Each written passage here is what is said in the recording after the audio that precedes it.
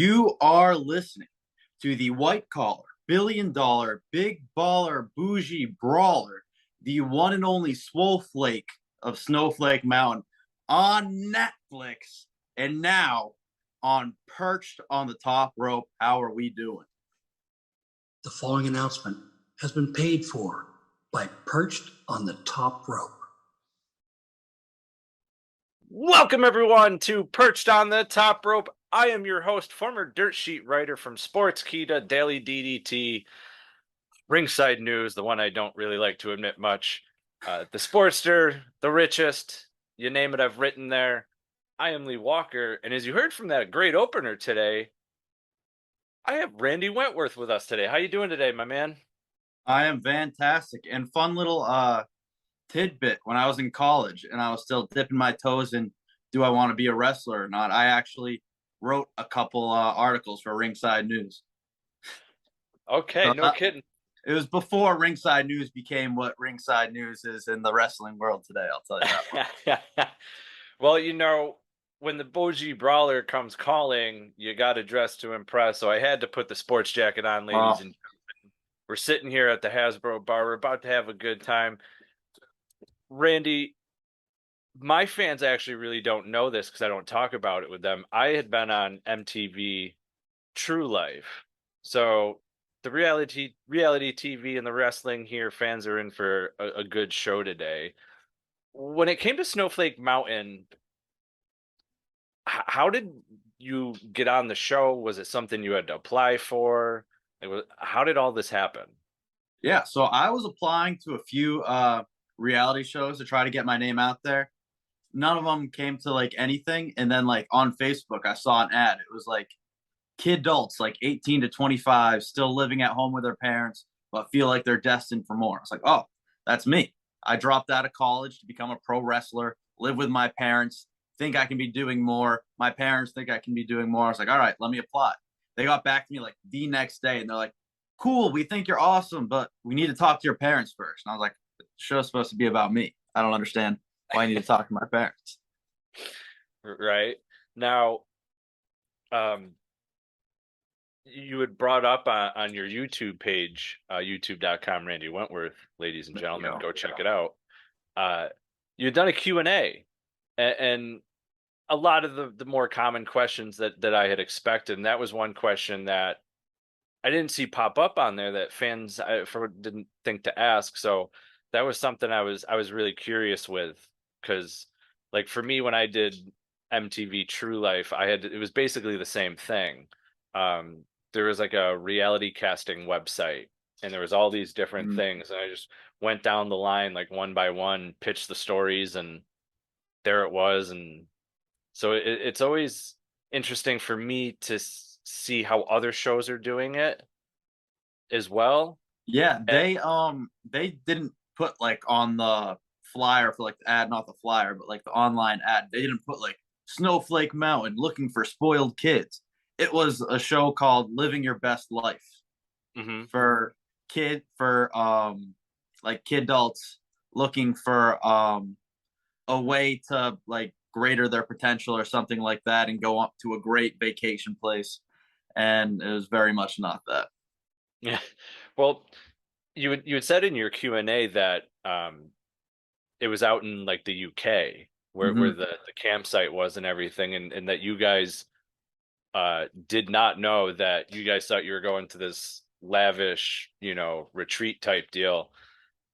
I'm not gonna lie, I thought the camp looked really neat and stuff, and I thought it had some really like neat views and everything, but then you kind of hit that you guys filmed last year in the fact that it was pretty cold out. Yeah, honestly, that's what like pretty much all of the cast says. Like, this is like a beautiful place. Like, we could really enjoy it, except for the fact that it's just like blistering winds nonstop. Like maybe from like the 30s to 50-ish range, probably most of the time, and then at nights gets a lot colder.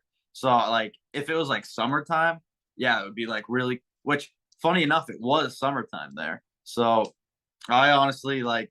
I think it was because it was such high elevation up there. It caught all the winds, which made it super cold.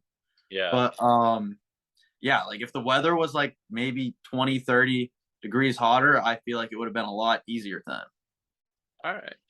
Now, when the show came out on Netflix and you watched it, do you think they portrayed you in the right way? Did you like how it came out? It was when I was watching it, I was like, all right, that's cool. Everyone's getting their like arc, like they're growing this way. So that was like storyline A, and then I was like, oh, I'm storyline B. I'm the comic relief character that like gets like hung up in the tree that goes and takes a crap on the side of a mountain that gets rejected in the hot tub. I was like, those are my high points that you want to show. So I was like, all right, I guess I'll be the one that like you can laugh at a little bit and everyone else can have their arcs. But it did not come out the way I expected it to for the most part. But everything that they did show, I was like, those were like the like crucial parts of when I was there. So I get why they showed that. Okay. Um, Now you brought up, while looking up, the show and stuff like that, were you already training to be a pro wrestler before the show? Yeah, there's like a lot of misconceptions. I'll get like a lot of DMs being like, "Oh, that's so cool that you followed through with becoming a wrestler after the show." Like I was already like I started training in 2018. Like I was already and I think like right before the pandemic started, that's when I started doing matches on the indies and then the pandemic hit.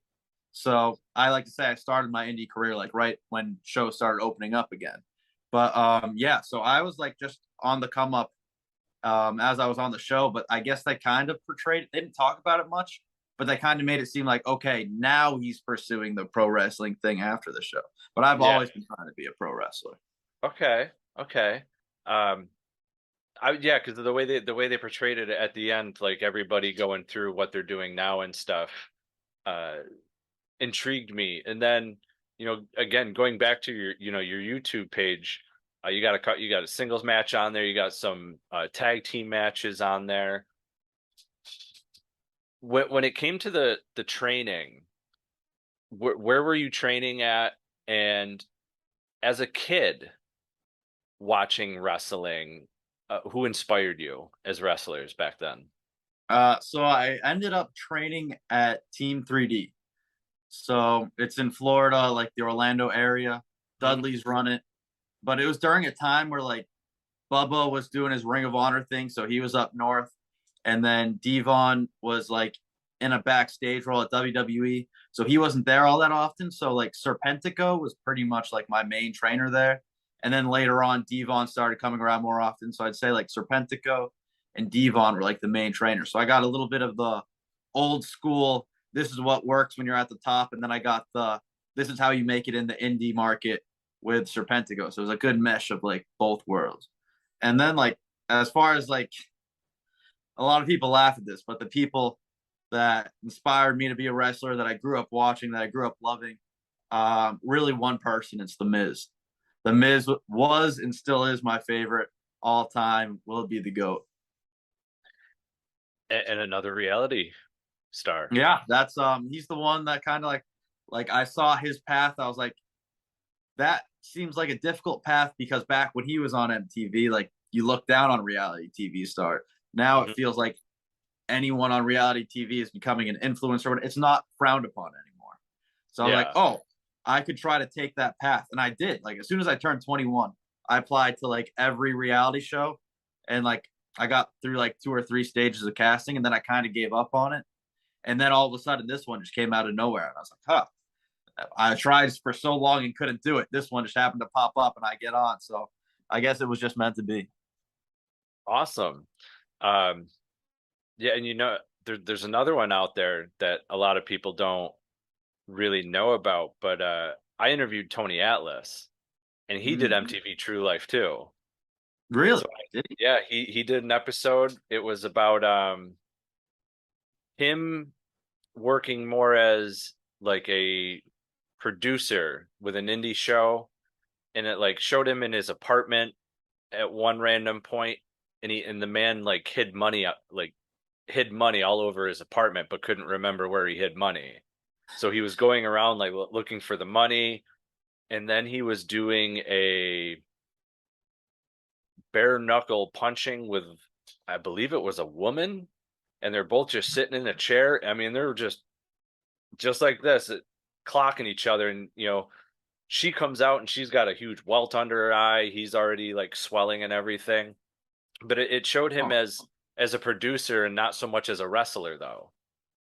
that's a pretty cool Producing thing. indie shows and stuff. It was really neat, and like I said, the Miz, most successful like reality person to come in through into pro wrestling. And we've also seen like WWE do stuff too with reality stars Right, right. outside of it, like Snooki and things like that. So Yeah. you know I think realistically, reality stars in their I don't want to say in their own right, uh, become more of a celebrity than I feel like celebrities for like movies and stuff at points. It feels like we're starting to come to an age where like being an online celebrity is more important to like than like being like a movie celebrity type. Like Yeah, for instance, with what WWE is doing with Logan Paul, the dude, yeah, maybe he did like one like terrible movie, but he's not an actor. He's not a celebrity for anything. He's just a YouTube guy, and he's yeah, like a bigger draw for them for the younger crowd than just like a B list celebrity that's been in movies or whatever that's promoting their show or whatever. So it's a very odd change of pace in how fame comes by now. yeah. There's all different pathways now for it. Right. It's live streaming and with Twitch and uh Mm. the YouTube and all these other different pathways to get to that level. But you know, you talked about training at Team 3D. Was that your first choice of school? Did you look at other wrestling schools that were in your area? Yeah. So it's a funny story of how I ended up there was I was worried about what my parents would think about being a pro wrestler because I was in a pre-med program, like all A's in college, and I just wanted to straight up drop out and be a wrestler. But at that point, I was like worried about what my parents would think and stuff. So I was going to try to go to wrestling school on the side without telling them. So I looked up schools near my campus, and there was one, I believe it was Tugboat School, and he had like a secondary trainer there that was there every day, and I met up with him, and I met up with him. I was like, hey, I want to do this, and he's like, cool, bring your knee pads, bring your shoes. I'll see you Monday. We can get started. And I'm like, all right, bet. And I went back to my dorm. And then over the weekend, there was a hurricane that completely wiped away the school. So the only school that I had as an option to train at while I was there just completely got wiped out. So I was like, all right, now I have no choice but to tell my parents about it because I'm not just gonna be like, all right, well, I'm just gonna go to school then. So I told my parents about what I wanted to do, and they were like, all right, like if you're serious about this, move back home and like go to one of the best schools. We'll look up the best schools. And sure enough, we saw 3D was near us, and we're like, all right, this is the best one. I'm not just gonna go to one because it's near us. I'm going to the best one. I'm going to 3D. And it was kind of weird how that all came about. Yeah, that's a really really interesting story. And I mean, you picked a hell of a school, let's be honest. I mean, Yeah.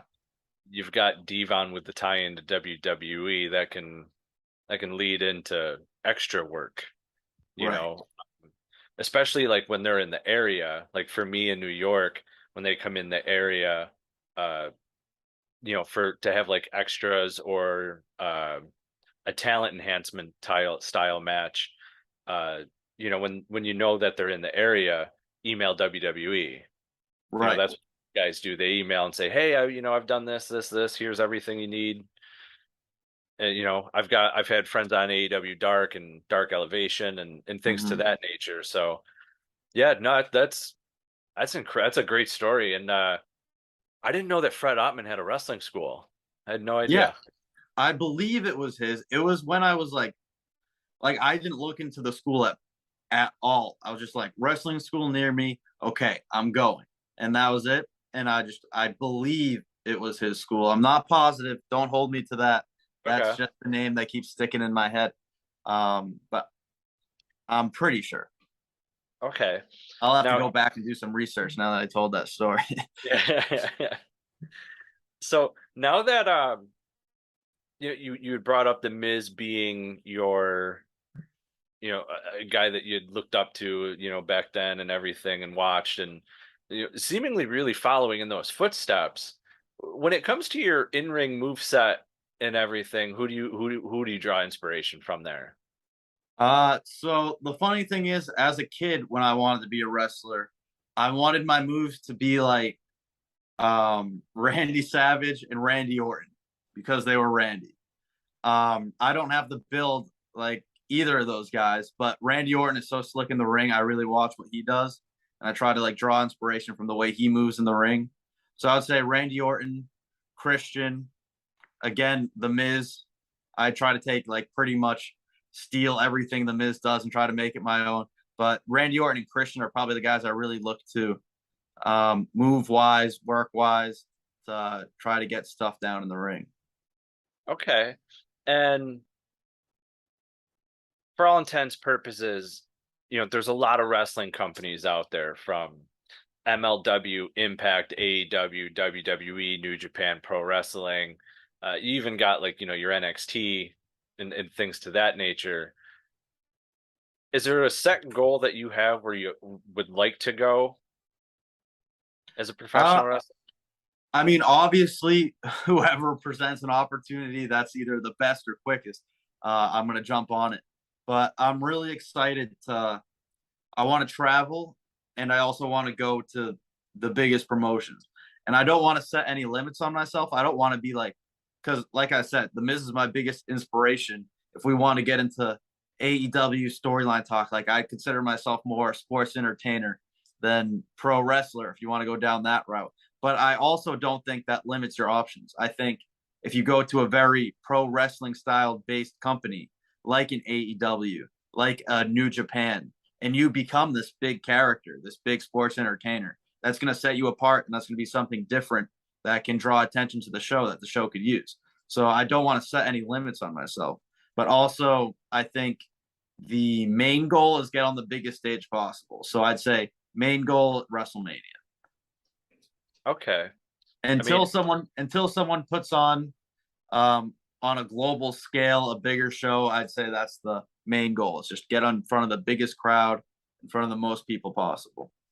okay. Now I know this next question, I'm probably going to hear the Miz's name.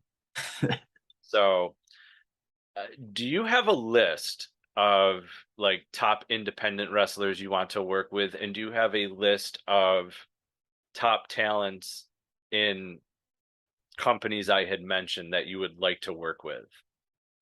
I would say so. There were two people on my list that I was able to cross off the other weekend, which was great. It was Lince Dorado and Rios de la Sangre. Those are two guys that have kind of, especially recently, have helped train me, and to be able to finally wrestle them, that was big for me. So those two were on the list. I guess I can cross them off now. I faced them in a tag match the other weekend. But again, I mentioned Serpentico as my trainer. I really want to have a match with Serpentico and AEW. Kind of show that story of trainer versus trainee. Kind of show them how much I've risen and can finally beat the teacher. Student beats the teacher type deal. Again, I'm not a dream match kind of guy. I'm a storyline kind of guy. So I want it to make sense for why I'm wrestling someone. I don't want to just be like, he's cool, let me wrestle him. Like for instance, Matt Cardona, he has the internet title. I Yeah. was on a reality show. I think there's a story that can work there. Enzo, he's got his crazy personality, his crazy hair. I also have the mullet. Get me against Pillman Jr. or Enzo, and I'll have a mullet versus mullet match real quick. WWE, Logan Paul. I mean, Logan Paul and The Miz are obviously probably the first two you would think of. Again, I would say I'd rather tag with The Miz than wrestle The Miz. But if we want to do a pass in the torch type of moment, then I'll take The Miz. I'm so happy, honestly, that you said Enzo. I think Enzo is fantastic on the mic. He's the Oh, man. The man can speak on the microphone. but I watched some of your matches, and your in ring gear. To me, like when I saw it, I was like, it screamed Enzo. Like it had like an Enzo like feel, But you also had, one of your single matches in February that I had watched. The jacket that you had Mhm. on, kind of screamed Seth Rollins to me. You making history being at WWE and AEW, the red jacket, you had Yeah, yeah. it's in the glasses, uh the glasses kind of reminded me of an early HBK, Well, I mean, the thing is, if you want to draw comparisons, you want to draw comparisons to the people that are at the top, people that do the best. When you like Enzo's gear stands out. Everyone remembers what Enzo wore especially when he's in the WWE. There's a yeah, reason why. It's because he had this crazy character, so he had the crazy gear. He stood out. You watch WWE for the first time, and Enzo's on that show. You're gonna go home and you're gonna remember Enzo. So I'm yeah, gonna wear the crazy gear that Enzo wears. So that way, you go to your indie show, the one guy you're gonna remember is gonna be me. Seth Rollins. Everyone remembers the suits he wears, the big jackets he wears. So I'm going to wear a big jacket and you're going to remember me. Shawn Michaels, you attribute greatness. People call him the GOAT. To Shawn Michaels, I'm going to look like I am the GOAT. I'm going to look like I'm the best at my craft. And otherwise, you wouldn't think of me as the best of my craft. But if I present myself that way, you're going to be like, oh, man, he must be really good. So it's all just pulling. If you want to pull from somewhere, you got to pull from the top. I like that. I like that a lot. um Now you had said that you were able to cross two off your list, with Lindsay, and did you go to them like after the match and ask for any advice or anything like that from those guys, Yeah, or any those, sports those notice? guys, those guys are great. Lindsay actually took us all out to dinner afterwards and paid the full bill. I can't thank him enough. Dude's a stand-up guy. But yeah, we went to dinner afterwards. We just talked about the match, really broke it down, and it was awesome to hear from him. To, Awesome, to awesome. spend that time with the younger guy that he didn't have to, it's just like there's still good guys in the business. Yeah, yeah. um when it comes to the stuff that you're doing now, you would on your YouTube channel, you broke up with your tag team partner Mike Reed. What caused the split? Correct. Well, the thing is, I was tagging with him before my Netflix show came out. Okay. And I knew the show was coming out. He did it. So I was trying to kind of like test him a little bit. I was like, all right, let's be a tag partner because he's been around the block. He's been in Ring of Honor. He's traveled all across the US. So I was like, you know what? Let's try to make this tag team work. He's got the white fur vest. I got the white fur coat. I was like, we could really have something here. The veteran, the upcoming rising star, it could work. But he kept pushing back on it, kept pushing back on it. And there was a little bit of like miscommunication. And then all of a sudden, my Netflix show comes out. And then I see Mike Reed. Hey, Randy, how's it going? You ready for our tag match tonight? I can get us some bookings as a tag team over here. Oh, now you want to be my tag team partner. So after I saw he was just trying to use me, I turned on him before he turned on me. I'm not dealing with that kind of like riding coattails. I'm not about it. Okay. I mean, I totally get it. I get that. I wouldn't want someone riding off my success either. Yeah. And it's just clear he's trying to one last grasp at the big time, and he knows I'm his meal ticket, and I'm not going to let him drag me down. Well, right on. When it comes to tag team matches, singles matches, is there a preference? Do you prefer tag team over singles, singles over tag team? I prefer. I'll say a tag team match is easier. Four people don't have to be in the ring all the time. I get to take my breaks. Singles matches are a lot more fun. You can get a lot more creative with the stories you tell. I definitely prefer to be a singles wrestler because again, tag match, four people. Singles match, two people, one winner. I get the whole spotlight. Everything's about me in a singles match. Tag team, so much going on. You may forget about some people. You can't share the spotlight with everyone. So singles match, spotlight's on me. All I have to focus on is my opponent, and makes it so much easier. So tag match, you get the breaks, tag in and out, don't get blown up. Singles match, you get all the glory. So give and take. Okay. I'm actually really glad that you brought up being a fan of the storytelling aspect of the wrestling world, because I want to know, being an independent wrestler, how important do you think it is for independent companies to have the storytelling in their shows, but also how important do you think it is for them to utilize social media uh, for the storytelling? Because not every fan can make every show to like keep up with what's going on. Right, right. Yeah. This is probably going to hurt my future bookings, but I hate independent wrestling. Um a lot of the shows are just like, all right, these are the guys showed up. You wrestle him, you wrestle him, you wrestle him, you wrestle him. All right, we have 10 matches. That's the end of the show. All right, why am I wrestling him? Why does the crowd need to cheer me, boo him, whatever it may be? Why does this guy get a title shot? Why is this guy in the first match? Have things make sense. And the shows that I've been wrestling at recently have been able to tell those stories. Like me with Mike Reed, my partner, we had our big breakup. And it is difficult because it's not like WWE where everyone's tuning in weekly to see what happens next. You may have someone just stroll in for the first time, come to one show, never come back, come to one show, come 2 shows later. So I do think social media is important to keep people up to date with what they missed. Posting matches on YouTube, posting clips, posting snippets, kind of like getting like maybe a 30-second like video package before matches to kind of like understand what the story is going in. I think the story is the most important part of wrestling, and a lot of independent promotions have lost that aspect of it. They just focus on putting on matches for the crowd when it's so much more than that. Yeah.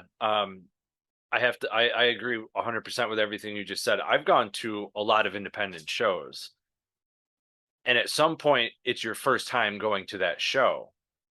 Right. You don't know who any of the wrestlers are. You don't know the background stories, and there's nothing there. So like, I don't want to say like if I was an independent booker, because like now I know a bunch of independent bookers are going to come at me with this when I say this, but like I would do a preview of the last show in the beginning, like a video package. Right. That up, so like if you're a new fan, you're up to date on what happened the last time, but then you also have a better understanding of why these matches are going on tonight that you're here for, and then do your show. Right. Then 100%. but I think it's a lost. I think the storytelling is a lost art on the independent scene, and it's sad because for me as a kid, I'm sure as you can see behind me, I've got all the toys from when I was a kid, the Hasbros here. Right. The storytelling is what made it. You without the storytelling, 100%. where's the ring psychology, that Jake the Snake Roberts is infatuated with, and I am too, because if you don't have good storytelling, you're not going to have good ring psychology to it. Right. And then it's just a match. I do enjoy the challenge of indie wrestling, I guess, because when you show up and they just say, all right, it's you versus you, you versus you, you versus you. All right, how do we make a story out of that? How do we convey a story of we're both standing in the ring, the crowd has no idea who either of us are? How can we tell a story and get him cheered or me cheered, him booed or me booed? And that makes it more challenging. So I feel like in the long run, it'll be beneficial to wrestle on the indies, but I also feel like there's a better way to do things. Yeah, I agree to that. Now, when it comes to your personal bookings, have you primarily just stayed around Florida, or Have you gone to other states? And if not, are you willing to travel to other states or, even other countries? Yeah, pretty much just Florida. I had a few bookings in Alabama, and I got a few bookings coming up in Georgia, so I'm starting to spread out. But I'm really excited to travel. I want to get all around the U.S. because I know you get kind of used to the same scene in Florida, and I know there's like different types of crowds, different kind of styles of wrestling in the Northeast, in LA, the West Coast, um, the South that isn't Florida. Like Florida is the north of the South. There's a different kind of wrestling in the South. So I want to kind of experience all that all over the place in the country. And obviously, just if you watch Clash at the Castle, UK fans are insane. I really want to get in front of a UK crowd.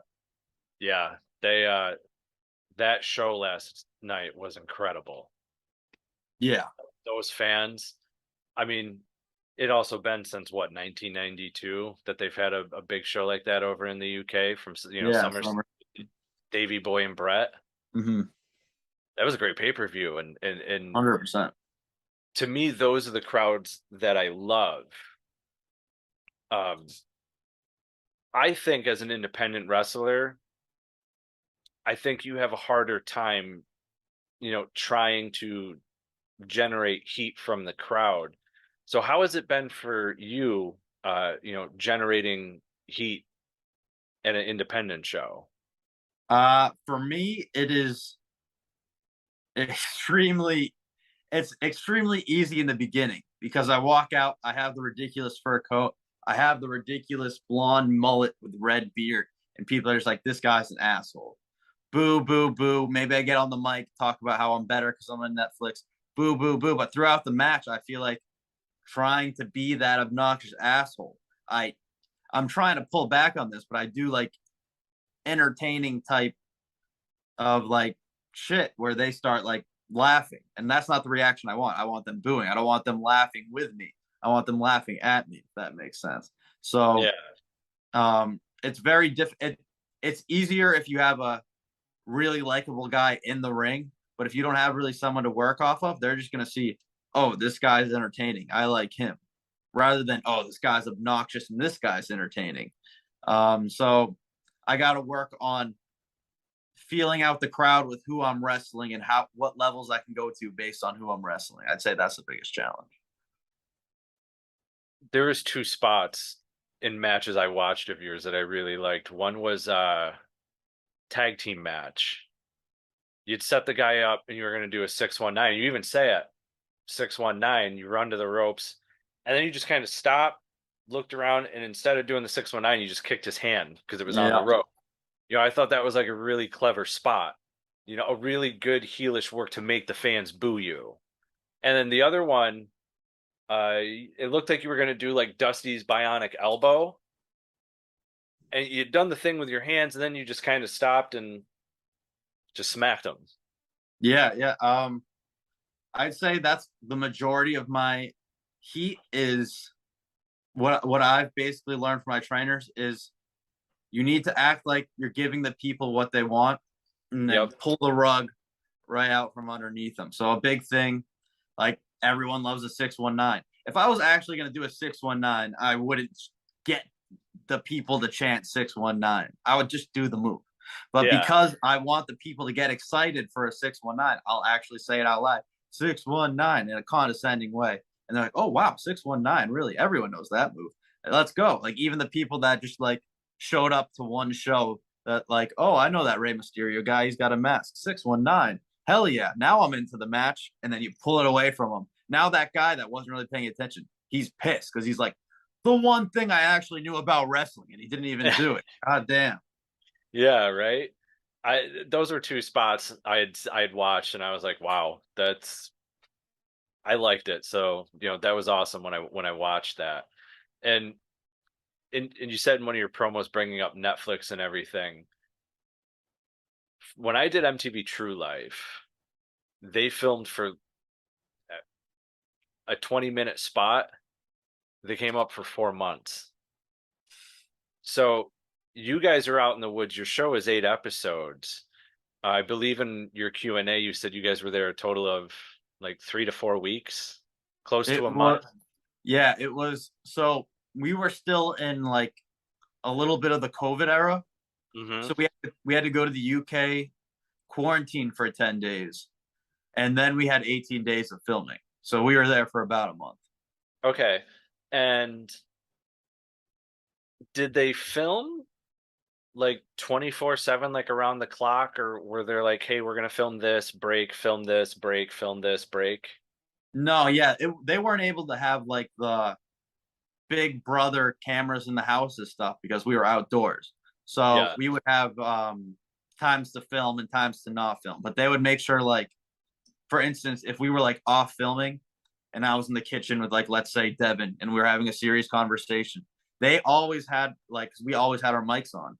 So they would be able to hear. So we would just hear like from the distance, like, stop talking, stop talking. And they would rush over with the cameras and be like, all right, continue your conversation.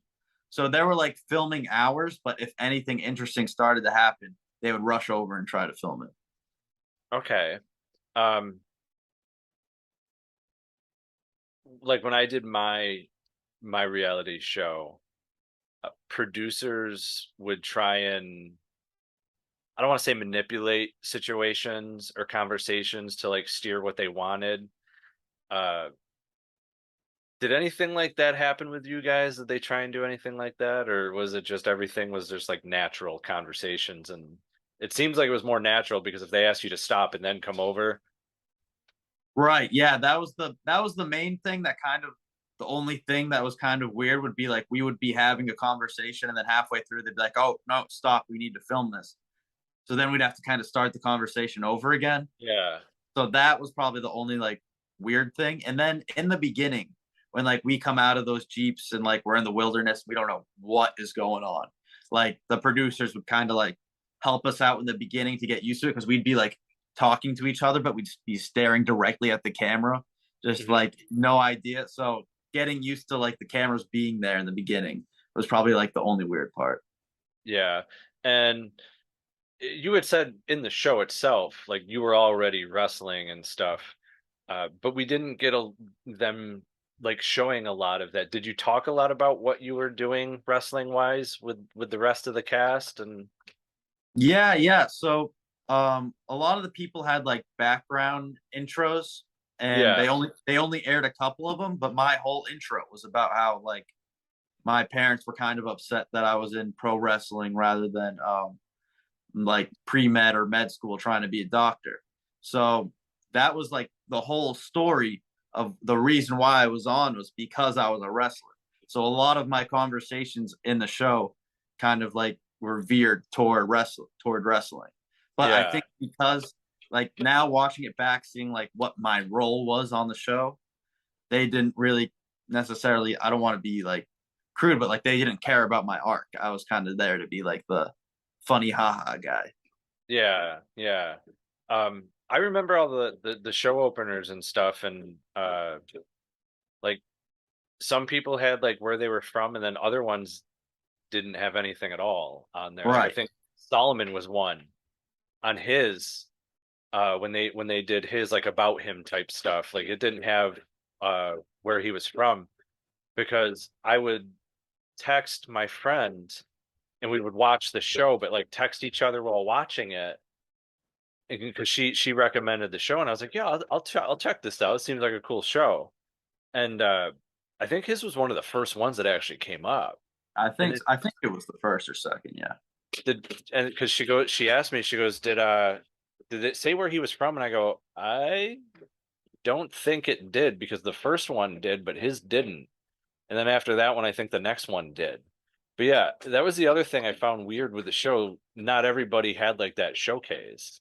Yeah, it was very odd because we all filmed one. We all had a background thing Yeah. filmed before we went over. I guess it was just more so like who they wanted to focus on either that episode or maybe because they were in the finals or something like that, they got one. Now, the three hosts, how much were they around aside from filming? Like, were they around you guys a lot, or did they just come in Uh spots and? So they actually stayed at the lake house across the lake from us. So they would come by and visit every now and then, but really they were kind of just coming in for the challenges and stuff like that, and then would be out. So they were pretty much challenge exclusive. Okay. If there was anyone on Snowflake Mountain that you could have a one-on-one match with, who would it be and why? I'll tell you, I'll say I'm not supposed to speak ill of anyone on the show. So I'll say, if you can guess it, I'll say yes or no. Or I'll say no or say nothing. Okay. I mean, I'm not thinking like saying anything negative about the person, just to someone have a match with. I would expect most fans would want me to say Devin, but I'm not going to do that. I'm just going to throw a name out there, and I know it's not who it would be, but I thought he was really entertaining on the show. I'm going to go with Liam. Liam. Okay, yeah. I think if you really want that good, I think that would be a good dynamic for a match. He's a very happy, positive spirit. I can't think of It'd be like a good heel versus face match. Yes, like I'm trying to think of the guy he reminds me of in wrestling. I cannot think of his name for the life of me. So he comes out to the Madonna music. Currently? Like, Mate, I know he was on Impact. He's a UK guy.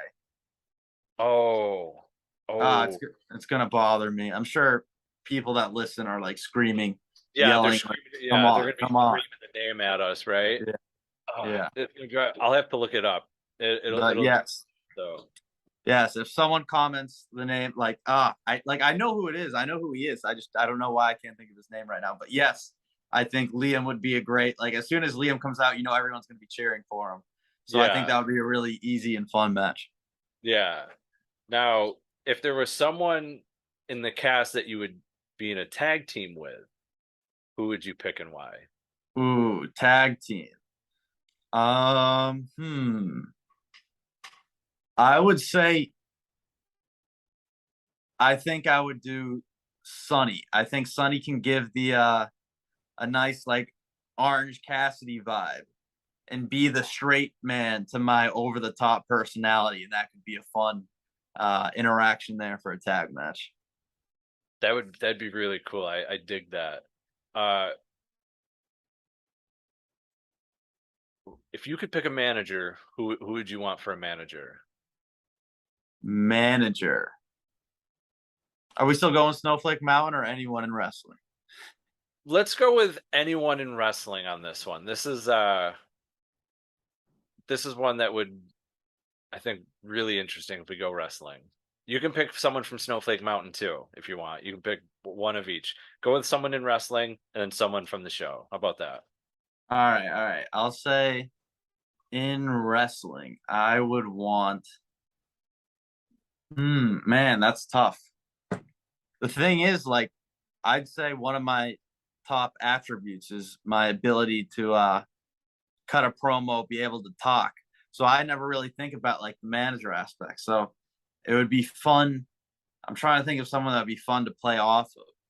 Like when Sami Zayn was a manager, I think that would be a fun interaction there. I think